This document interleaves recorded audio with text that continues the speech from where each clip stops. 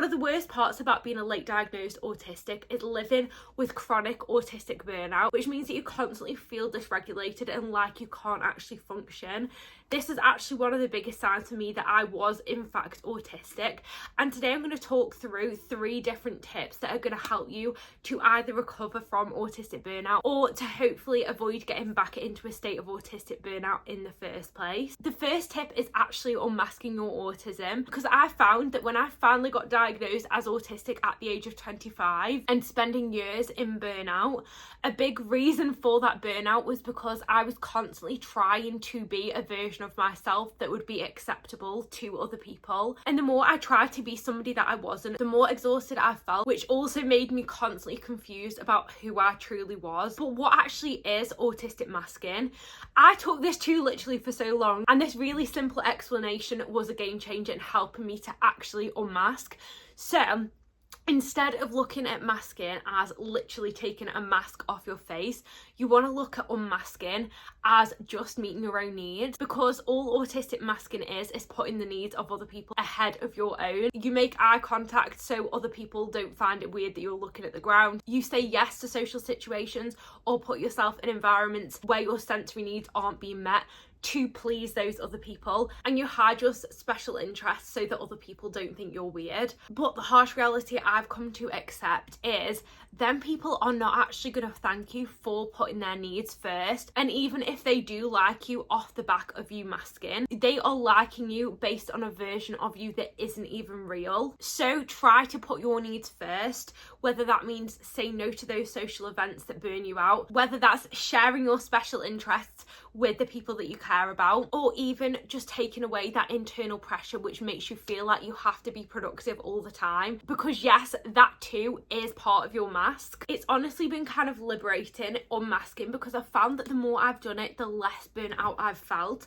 And not only that, but it's also had the knock-on effect that I'm only actually around people that I feel comfortable with and love me for who I truly am, instead of trying to fit myself into this box to make people who don't actually care about me like me, if that makes sense. It's also going to make your life way more sustainable in avoiding that burnout in the future, because you're actually going to be around people who understand what your needs are and help you to meet them rather than judging you for them. Tip number 2 is accepting your differences, mainly that as an autistic you probably have way different tolerance levels when it comes to energy levels. If we look at the spoon theory as an example, a lot of people that are neurodivergent or who have chronic illnesses use this idea that we have a set amount of spoons every day, and once them spoons are used up, we don't have any more to give. For example, it could be that it uses 5 spoons of energy to socialise with people at work, 3 spoons of energy to do daily tasks like cooking, tidying or looking after yourself, and then 2 spoons of energy that are used for looking after your kids. But for somebody who isn't autistic,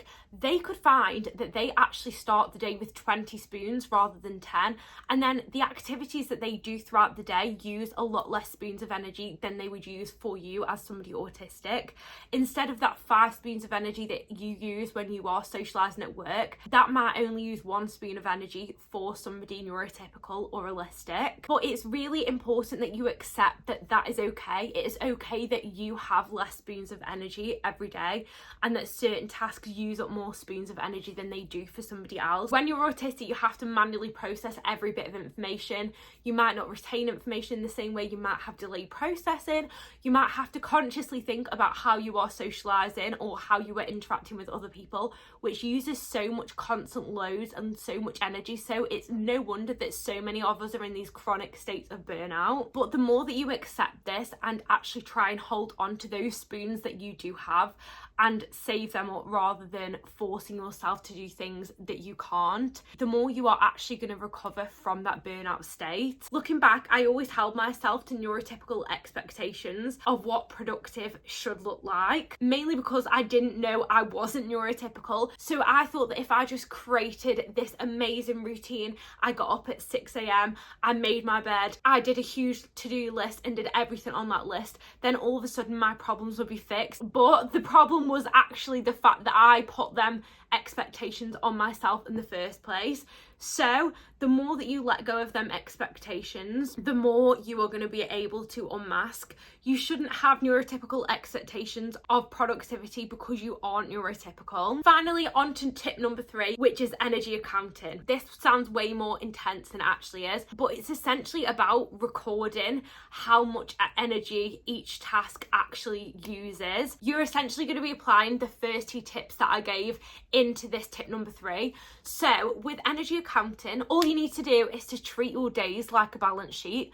For example, again, with that 10 spoons of energy that I talked about in the last example, what you're going to do is write down everything that takes away your energy in a day. You could say that work takes away 5 units of energy. Then tidying the house and making tea takes up 2 spoons of energy. Brushing your hair, getting ready takes up 1 spoon of energy, and then looking after your kids uses 2.